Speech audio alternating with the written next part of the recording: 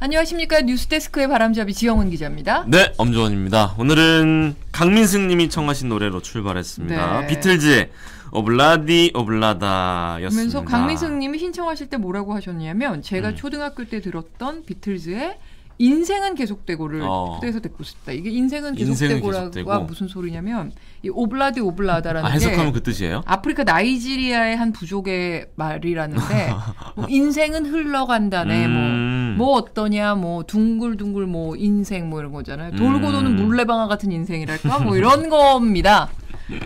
그래서 이게 폴 맥카트니가 네. 레게 음악에 약간 빠졌던 적이 있대요. 아, 그래요? 그래서 이 오블라디 오블라다라는 이 표현을 자기가 좋아했던 어떤 레게 뮤지션이 쓴 거를 보고 그걸 차용해서 이걸 곡목으로 정했다라고 합니다. 네. 알겠습니다. 비틀즈 좋아해요? 아, 좋아하죠. 저도 엄청 좋아하거든요. 비틀즈 안 좋아하는 사람 찾기가 더 어렵지 않을까요? 그렇죠? 저도 굉장히 좋아합니다. 옆에서 표정이 안 좋으셨네. 정철진 잠깐 있다가 여쭤보죠. 엄청 좋아하시죠? 네. 목소리 출연. 네. 어떤 곡을 제일 좋아하셨어요? 저는 이제 레리비도 좋아하고, 레리비. 네. 또 헤이주드도 좋아하고, 헤이주드. 네. 네. 라디오인가요? 썸띵이 좋죠. 네. 비디오 없이 오디오만. 썸띵은 조지 해리슨이 만든 곡입니다. 그래서 저는 폴 맥카트니 곡 중에서는 저는 Here, There and Everywhere라는 곡을 제일 좋아해요. 지금 음악 얘기하고 다 나오고 있어요 지금. 러블리 인원님 레리비부터. BTS가 더 좋아요 하셨습니다. 네. 약간 비슷하네. 비틀즈, BTS 네. 어감이. 네. 난 별로야 하신 분도 있고. 네. 알겠습니다. 네, 그러면 음악 얘기를 잠깐 했고요. 네, 빨리 오늘 날 시작해볼까요 눈에 그러면? 띈 다른 소식 보겠습니다. 좋습니다. 이거는 제가 정말 이런 기사 그만 보고 싶다 그런 의미에서 한번 골라봤습니다. 뭐냐면 내야 할 세금 안 내고 버티는 고액 상습 체납자들 뉴스 매년 나옵니다. 나오죠. 은닉 재산을 이제 그 세무당국이 적발했다는 뉴스인데 이번에도 뭐 여러 가지 이제 진상 케이스들이 있었습니다. 한 체납자는요 베란다 그 잡동사니들 틈에 네. 항아리를 놨고 그 항아리 안에다가 검은 비닐봉지를 넣어놨는데 그 안에 $100짜리 700장을 숨겨놨대요. 이거 얼마예요? 7만 불이죠. 7만 불. 와. 그리고 주소지를 이리저리 옮기면서 강제 징수를 피하던 또 다른 체납자. 옷장 안에 순금 50돈, 백화점 상품권, 현금, 외화 숨겨뒀다가 이 사람도 걸렸습니다. 그리고 또 다른 자산가는요. 숨어 살던 자녀 명의의 전원주택 옷장에 $100 3,072장, 5만 원권 3,878장, 1만 원권 개념이 안 서는데요? 12,618장, 8억 원 상당이었대요. 아, 8억. 이거 다 압수됐습니다. 국세청이 은닉재산을 환수하기 위해서 작년 1년 동안에만 민사소송을 834건이나 냈다고 합니다. 그리고 고의적으로 재산 은닉한 체납자 366명을 형사고발하기도 했습니다. 그래서 2조 5,564억 원을 강제 징수한 데 성공도 했습니다. 이런 현찰이 어디서 나는 거지? 현금 장사하시는 건가? 아, 현금으로 바꿔놓는 거죠. 바꿔놓는 왜냐하면 건가? 은행 거래를 하면은 재산이 추적이 되니까. 하긴 장사를 해서 이렇게 모아놓을 수는 없겠죠. 현찰엔 꼬리표가 없다 이런 얘기 몰라요? 그런 거죠. 그래서 내 세금은 내셔야 됩니다. 이렇게 그럼요. 처벌받거나 강제 징수 될 겁니다. 분명히. 그러니까요. 몇 억이든 몇십억이든 네. 뭐 갖고 계시는 건 괜찮은데 그에 합당한 내 세금을 내셔야죠. 내 세금은 네네네. 내셔야 합니다. 네. 자, 저는 이 소식을 전해드릴게요. 오늘 정철진 평론가도 나오셨고 하니까 미리 한번 보는 의미에서 네네. 돈 빌려가세요. 은행권 전세대출 금리를 인하했습니다. 네. 얼마 인하했느냐? 네. 신한은행이 일부 전세대출 상품 금리를 0.1% 인하. 대출 받아보신 분들은 아실 거예요. 네네. 이 0.1% 내리려고 0.1% 통장 포인트. 만들고 카드 네. 만들고 네네. 열심히 노력을 하는데 네. 은행에서 알아서 내려준 거예요. 카카오뱅크도 인하했고요. 네. 전세계약 갱신 시의 전세자금 대출 한도 기존에는 전세값 증액 범위 내에서였는데 네네. 내일은 갱신 계약서상 그 전세값 전체의 네. 80% 이내. 네네. 그러니까 쉽게 얘기하면 1억 원 전세였다가 2천이 올랐어요. 네. 1억 2천. 네. 그러면 2천이 오른 것에 대한 한 그 내용을 예전에는 2천만 원 한도에서 그렇죠. 그렇게 했었던 거를 이젠 네. 전체 1억 2천에 대한 80%. 네. 그러니까 뭐 대출 규제가 금액이 훨씬 완화된 많아지는 거고 거죠. 네. 대출 받기 쉬워졌다. 네. 더 많이 받을 수 있다. 네. 이런 얘기고 국민, 하나, 우리 모두 다 가계대출 규제를 완화했습니다. 잠시 후 머니톡에서 왜 이렇게 은행들이 대출 문턱을 낮추는 건지 그 이유 그리고 앞으로 이게 부동산 시장에 미칠 여파 이런 것들을 더 면밀하게 짚어보겠습니다. 네. 자, 8초 후 정철진 평론가와 함께 돌아오겠습니다.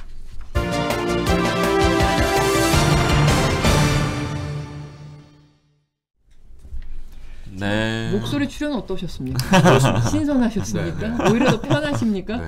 저도 저 올드 세대라 네. 비틀즈 얘기 같은 거는 그냥 됩니다. 한 그냥 10분 이상. 되시는군요. 10분 이상. 예, 한번 그걸 에피소드. 특별 가볼까요? 저도 그런 오늘은 음악 얘기는 그러고 가는 임진모 스타일로.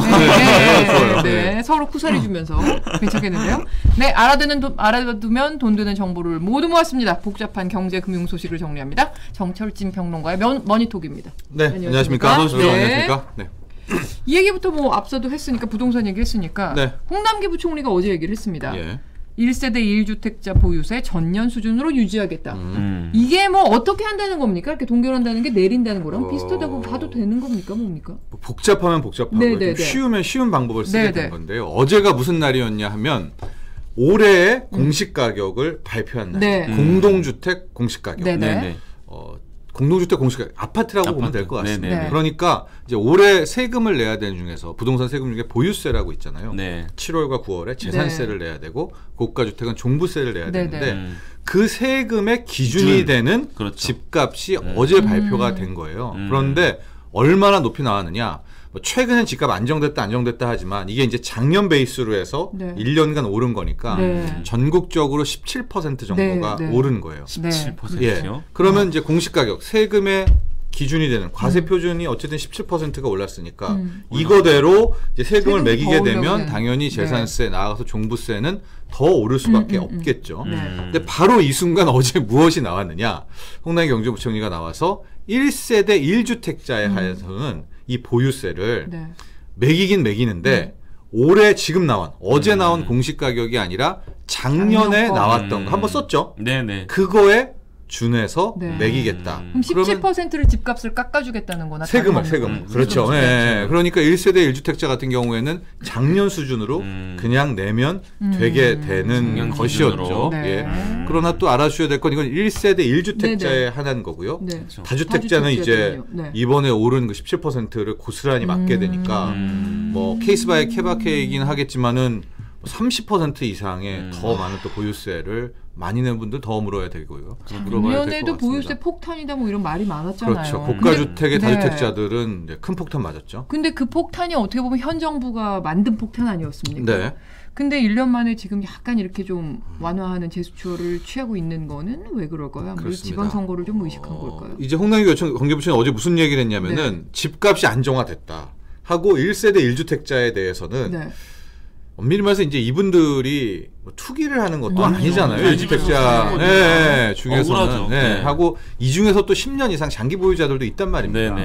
그런 이야기를 했었는데 조금 안타까운 부분들, 좀 지적받는 부분들이 이 얘기들. 야, 1세대 1주택자, 1가구 1주택자들은 또 이 중에서 장기 보유자들은 투기꾼도 아니니까 세금 폭탄을 매기되 좀 완화하거나 예외를 두자는 지적은 많았었습니다. 근데 안 듣다가 올해 갑자기 이거를 해주니까 여기에 대해서는 조금 뭐 의식한 거 아니냐, 6월 1일 지방선거 아니냐 이런 이야기들이 나오고는 있는데요. 다시 말씀드리지만 1세대 1주택자들은 일단 올해 보유세, 재산세와 종부세는 작년 수준이다. 작년 공시가격을 활용한다. 이렇게 생각하시면 되겠습니다. 지금 이거 완전히 이제 저희가 하고 있던 얘기와는 맥락이 다른 채팅인데 아니요.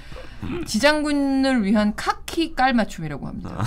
우리 평론가님 좋아하고 오늘 카키색이라 군대냐 이런 얘기 나오셨고 코 얘기 왜 이렇게 많아요? 우리 정철진 평론가. 강철 푸대 깔맞춤이랍니다. 강철 푸대. 이 분위기로 가면 안 돼. 강한 자만 살아남는 푸대. 정말 참. 제 이미지가 이렇게 참 너무 강철 군 쪽으로 가시는 거 아니에요? 자, 다음 질문. 이제 출범할 윤석열 정부가 이제 5월 10일 취임을 하는데 뭐 후보 시절부터 세금 완화 얘기 많이 했잖아요. 종부세 폐지하겠다. 또 다주택자 중과 유예하겠다. 뭐 어떻게 전망을 하세요? 언제쯤 될 걸로 보세요? 그러니까 지금 나온 거는 현 정부 작품이잖아요. 근데 윤석열 당선인은 실은 이미 후보자 시절에 더 센 세금 완화를 공약을 했단 말입니다. 네. 그러니까 그렇죠. 현재 나온 카드가 끝이 아니라 이거 받고 이거 더 뭐 이런 이거 받고 이거 더처럼 아직도 세금 완화의 여지는 이제 남아 있다라는 것이고요. 한 세 가지 정도 측면에서 봐야 되는데 첫 번째는 윤석열 당선인은 지금 이제 현 정부에서는 민주당과 현 정부에서는 지금 작년 공시 가격을 준용하겠다고 했잖아요. 네네. 근데 윤석열 당선인 같은 경우에는 작년 게 아니라 재작년 거. 2020년 공시. 그러면은 그때 대비 집값이 한 40% 가까이 올랐으니까 이제 기계적으로 그만큼을 깎아주게 된다라는 부분들이 있습니다. 네. 과연 이것이 가능할지 안 할지를 일단 첫 번째를 봐야 되고요. 1주택자나 2주택자 마찬가지로 1주택자 할 거예요. 네. 근데 그렇죠. 이 부분은 약간 좀 애매했습니다. 네. 윤석열 당선인 같은 경우에는 아예 모든 보유세를 1주택자, 다주택자 상관없이 2020년 걸 쓴다는 건지 아니면 지금처럼 1세대 1주택자만 그리고 세부 특정하지는 않았었어요. 안 했었어요. 네. 그렇기 때문이기는 한데 필요하겠네요. 조금 뒤에 설명할 거 다주택자에 대한 세금 완화를 보게 된다면 이게 1주택자만 완화해 주는 것이 맞습니다. 이게 무슨 얘기냐면 그게 첫 번째였고 두 번째 세금 완화는 뭐냐면 다주택자들은 현재 집을 팔 때 내는 세금 양도세죠. 중과를 맞습니다. 그렇죠. 2주택자는 20% 플러스 포인트, 30번자는 30% 포인트를 더 추가로 중과를 하기 때문에 3주택자 이상 되는 사람이 집을 팔 때는 지방세 다 포함하면은 한 82%예요. 만약 집값 팔았는데 기계적으로 뭐 공제 빼고더라도 10억을 남겼다. 8억을 내는 거예요? 세금 내는 부분이거든요. 그러니까 다주택자들이 집을 안 팔고 물량을 갖고 있기 때문에 양도세는 매기긴 매기되 중과는 하지 말자. 네. 그래서 일반적인 세금만 양도세만 매기자. 그걸 2년 유예해 주겠다라는 게 윤석열 당선인의 공약이었었고 당시에 이재명 후보는 1년을 유예하되 기간을 나눠서 기간을 나눠가지고 빨리 파는 사람은 많이 깎아주고 이런 식으로 아예 없게 하기는 슬라이딩 방식이었었는데 그렇죠. 첫 번째로 이제 윤석열 당선인이 취임 이후에 나오게 될 문제가 바로 이겁니다. 다주택자 중과를 유예나 완화를 하긴 할 것 같은데 왜냐면 당시에 민주당도 이건 공감을 했거든요. 근데 약간 지금 분위기는 다르죠. 아예 2년을 다 깎아줄지 아니면 1년에서 이렇게 슬라이딩 방식으로 깎아줄지. 근데 요거는 국회를 통과해야 됩니다. 그러니까 주도권은 민주당이 지금 잡고 있는 부분이기 때문에. 근데 이게 앞서서 이것과 앞서 말한 세금이랑 무슨 관계가 있느냐. 만에 하나 다주택자의 중과를 완화해줘요. 그러고 1주택자뿐만이 아니라 다주택자의 보유세까지도 완화해 줍니다.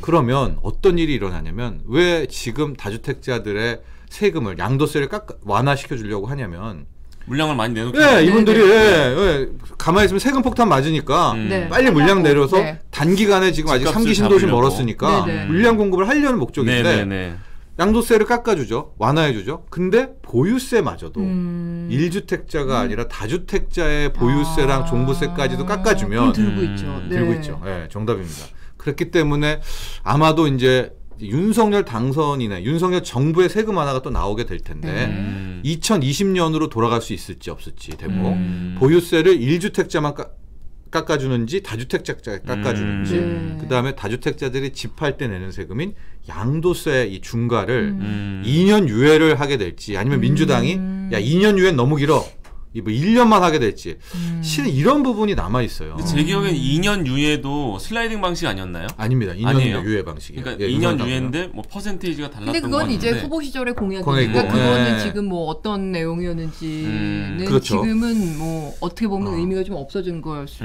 있고 인수위가 어떻게 발표를 하느냐 인수에 대한 부분들이 분명히 있는데 문제는 하여튼 불확실성입니다.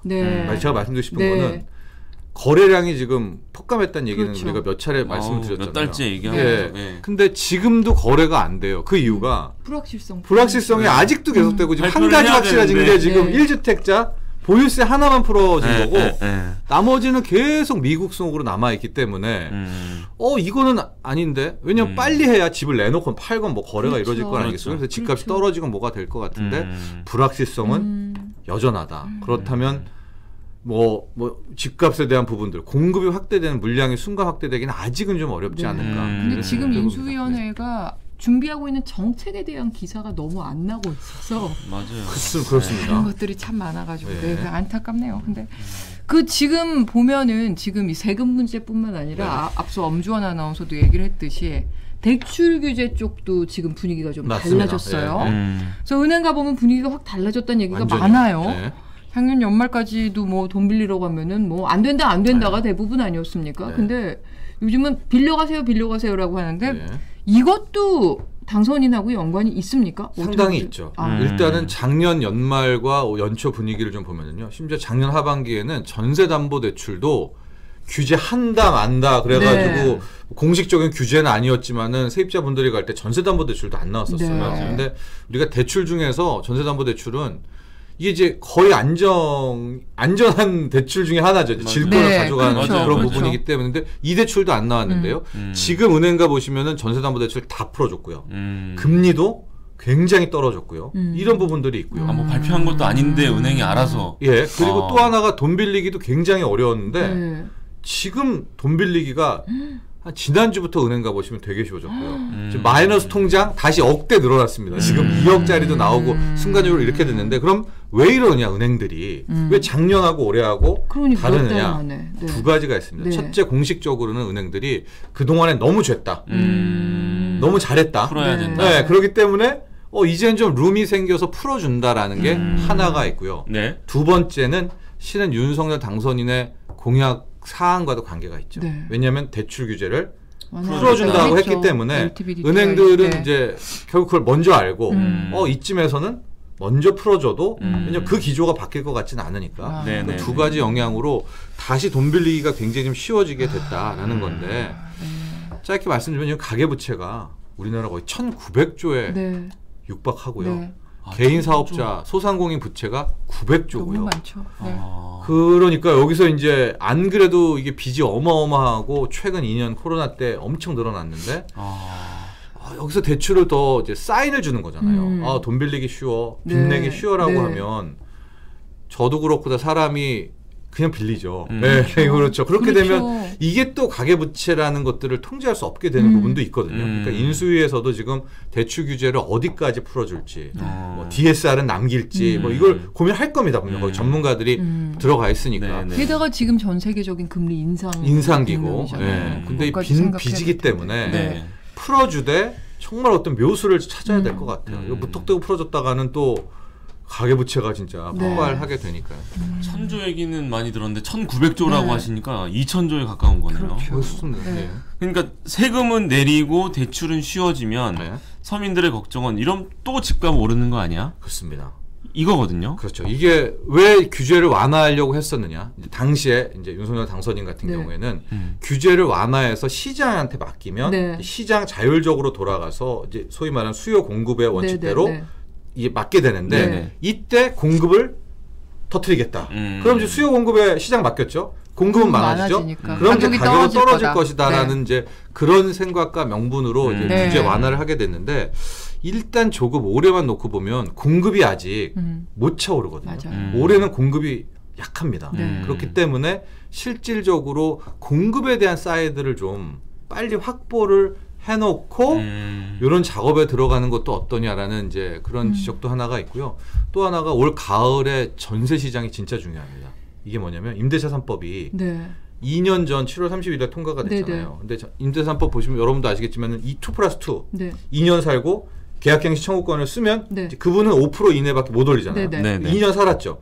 근데 올해 8월 이후가 되면 계약갱신 청구권을 썼던 세입자가 시중에 끝나죠. 나옵니다. 네. 그게 무슨 얘기냐면 한 번 그렇네요. 써가지고 그분들은 진짜 안 올랐거든요. 네. 시장가 대비. 근데 그분들은 이제 기회가 없죠. 네. 그분들이 시장에 나오게 되면 전세가가 뭐 오르겠네요. 네. 그냥 아파트에 따라서 뭐 2억, 3억 확 올릴 수 이상을 있으니까. 올려줘야 되는 분들인데 아. 그분들이 높은 전세가를 내게 되면 집값은 또 안 떨어지죠. 그렇죠. 전세를 계속 만나게 그렇죠. 되니까. 그렇기 때문에 이 전세 시장, 임대차 3법 계약갱신 청구권 풀리는 물량들 이것까지도 엄청 지금 같이 고민해야 돼요. 아, 그렇네요. 그런 대목이.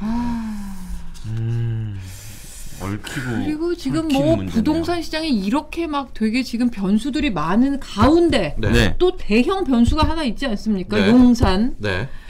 지금 뭐 이거 뭐 정치적인 입장에서만 계속 얘기가 나오고 있는데 우린 경제 코너니까 한번 이제 경제적인 입장에서 그렇죠. 한번 보죠. 네.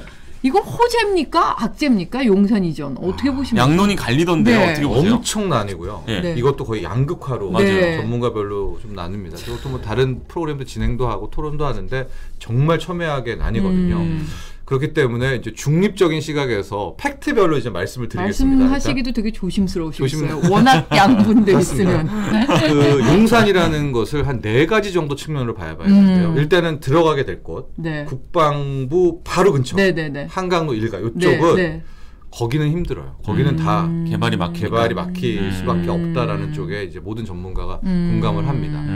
두 번째가 공원 개발이거든요. 네. 미군 부대 빠진 그 공원이 진짜 좋습니다. 정말 센트럴 파크보다 좀 더 크고요. 부지가 축구장이 엄청나죠. 한 300개, 310개 들어갈 정도의 300개요? 사이즈. 네. 300개 넘어요. 제가 사실 이틀 전에 거기 주변에 사는 약간 좀 높은 아파트에 살고 있는 제 친구 집에 갔는데 오, 걔네 집 궁금하다. 딱 거실에서 보여요? 그 입주하시고 싶어 하시는 그 신청사와 네.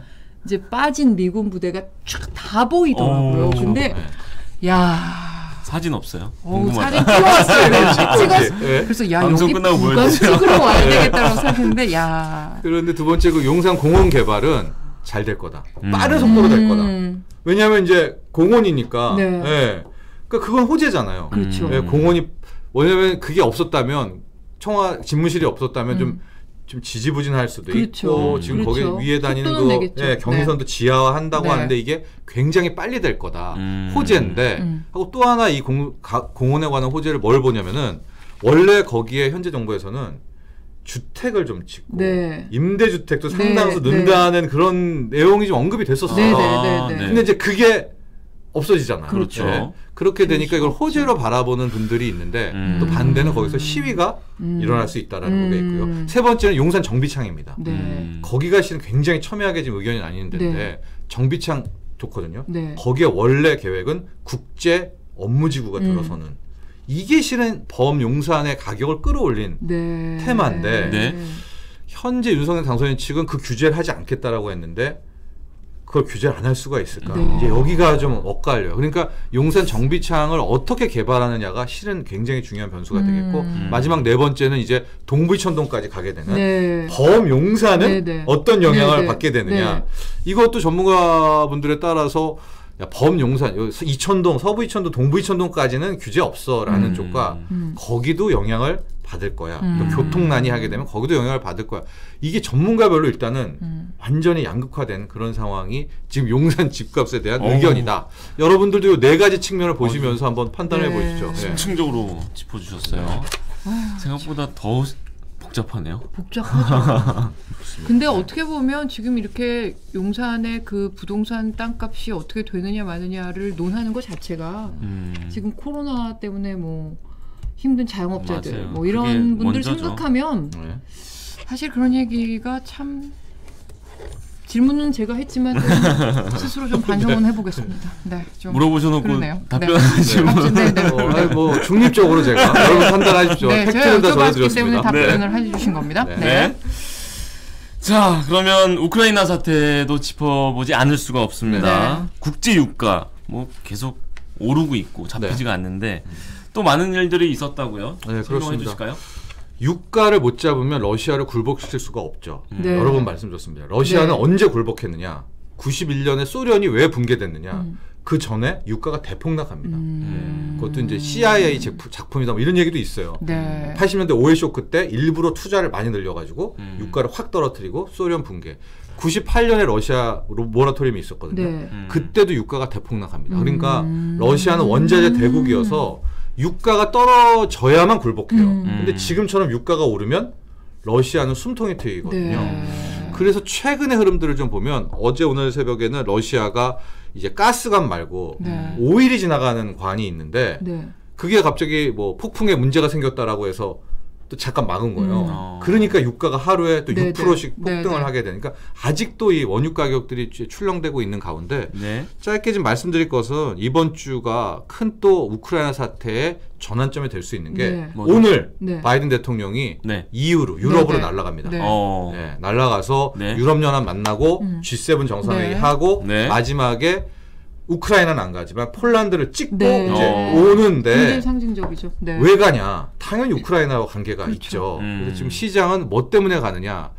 단합을 일단 요구를 하는 것 같은데 어떤 단합이냐면 지금 큰 변수 중에 하나가 중국이 네. 러시아를 도와주는 겁니다. 네네. 하고 지금까지도 도와줬다는 의구심이 있고 네네.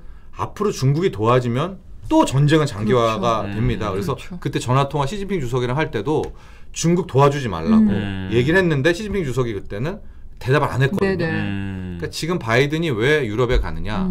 미국은 중국이 러시아를 도와줄 거라고 확신하는 것 같아요. 그렇죠. 그래서 가서 탕을 딱 먹고 이제 우리가 러시아뿐만이 아니라 중국까지도 제재를 네. 할 텐데 그때 한마음 한뜻이 되자. 이럴 가능성이 있기 때문에 우리나라 입장이 더 어려워지네. 더 어려워집니다. 네. 그러니까 중국이 지금 도와주면 안 돼요, 러시아를. 왜냐면 그러면 이제 진짜 경제 그렇죠. 전쟁 전선이 이제 뭐, 엄청 네. 커지게 됩니다. 네. 네. 그때 미중 갈등이 아니라 뭐 미중 전쟁이 되겠네요, 정말. 네. 아우. 그렇죠. 세계 경제 전쟁도 이제 그렇죠. 펼쳐지게 되는 거죠. 그렇죠. 그렇게 되면. 네. 네.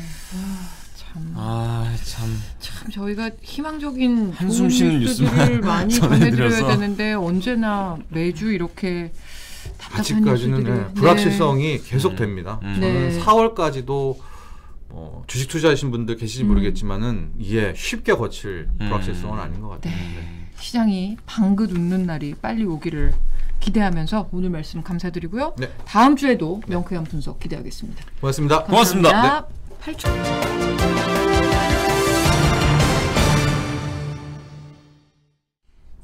제가 8초 멘트를 하려고 그랬는데 저희 엔지니어가 끊어버렸습니다. 제 8초 멘트가 듣기 싫었나 봅니다.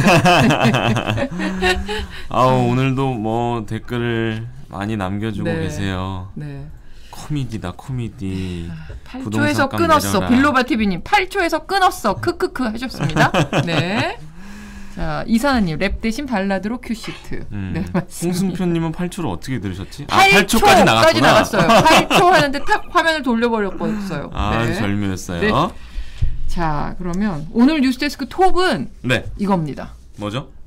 장거리 탄도미사일입니다. 네. 아 참. 북한이 장거리 탄도미사일 한 발을 동해상으로 발사했습니다. 몇 번째예요? 이게 20일 오전에 다연장 로켓포 4발 발사한 지 나흘 만이고요. 나흘만. 올해로 치면 12번째 무력 시위입니다. 아 지금 3월밖에 안 됐는데 12번. 네, 12번째입니다. 합참은 이 발사체가 신형 ICBM, 그러니까 대륙간 탄도미사일 화성 17형일 것으로 추정하고 있고요. 만약에 대륙간 탄도미사일이 맞다면 이 발사체의 사정거리는 미국 본토까지 갑니다. 아우. 네.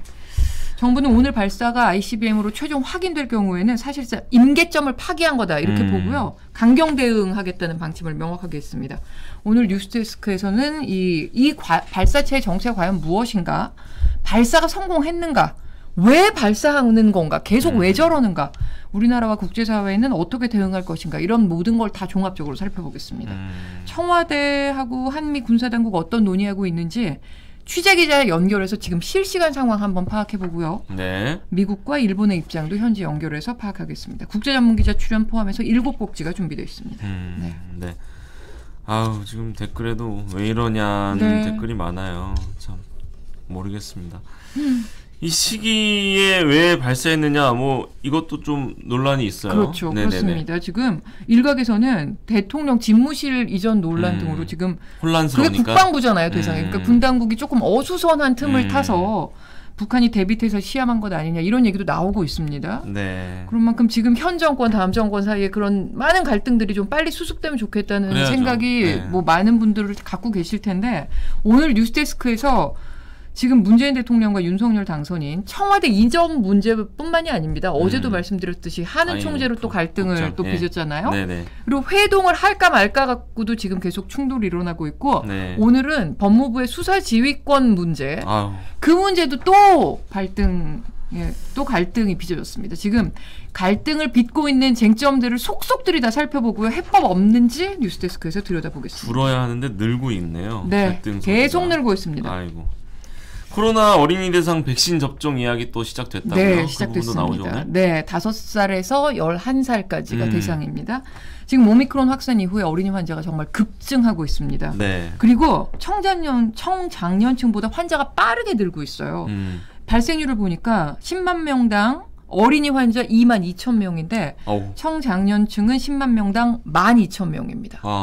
그러니까 어린이 환자의 이 환자 발생률이 훨씬 높은 겁니다. 그러니까 이 숫자만 보면 백신 접종을 하긴 해야 되겠구나 이런 생각이 일견 들긴 들어요. 근데 불안하니까. 그렇지만 불안하죠. 그 보호자분들은 그렇죠. 이게 아이들이 앞으로 수십 년 건강하게 살아야 되는데 혹시라도 생길 무슨 부작용 이런 거 걱정하지 않으실 수 없을 겁니다. 그래서 오늘 뉴스데스크에서는요. 보호자들의 걱정 어떤 것들이 있는지 근데 그럼에도 불구하고 접종을 해야 한다는 방역당국의 입장 이거 다 모두 한번 좀 다뤄보겠습니다. 이해가 되는데 또 부모님들의 입장은 그걸 거예요. 어른들은 부작용이 생겨도 어떻게 이겨내는데 그렇죠. 5살 아이가 부작용이 혹시나 생겼을 때 그걸 이겨낼 수 있을까? 이런 걱정을 하는 우리 엄마 아빠들의 그리고 마음도 아이들은 이제 또 돼요. 가정도 꾸려야 되고 아이들이 또 자라면 아이들의 아이들도 또 낳아야 되고 이런 그렇죠. 여러 가지가 있기 때문에 어떤 변수도 생기는 걸 원하지 않으시는 그 마음은 이해가 됩니다. 네. 근데 방역당국이 특히 백신 접종을 꼭 하라고 얘기하고 있는 그 고위험군 아이들도 또 있습니다. 어떤 아이들이 고위험군에 해당하는지도 오늘 뉴스데스크에서 확인하실 수 있습니다. 네. 자, 오후 6시 현재 신규 확진자는 줄었네요. 26만 9,628명 어제보다 좀 줄었습니다. 네.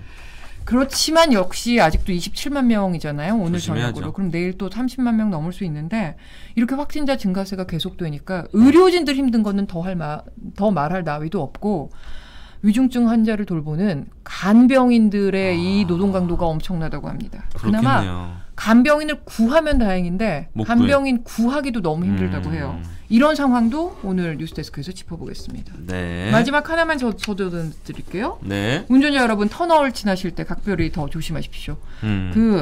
최근 5년 사이의 교통사고 건수를 비교해봤더니 전체 교통사고는 1.3% 감소했는데 터널에서의 사고는 44%가 증가했습니다. 네. 진짜 많이 늘었네요. 그리고 사망 사고도 훨씬 많았습니다. 그리고 특별히 터널 사고에 취약한 시간대도 있었고요. 우리나라의 수많은 터널 중에 특히 터널 사고가 더 많이 나는 터널도 있었다고 합니다. 궁금하다. 시간대는 언제였는지 어느 터널이 더 위험했는지를 오늘 뉴스데스크에서 꼭 확인하시기 바랍니다. 그 터널 지날 땐 각별히 주의하셔야 됩니다. 네, 이제 본방할 시간입니다. 네. 이어지는 뉴스데스크 시청해 주시고요. 저는 내일 다시 뵙고 다음 주에. 네, 다음 주에. 주말 잘 보내십시오. 네, 고맙습니다. 감사합니다.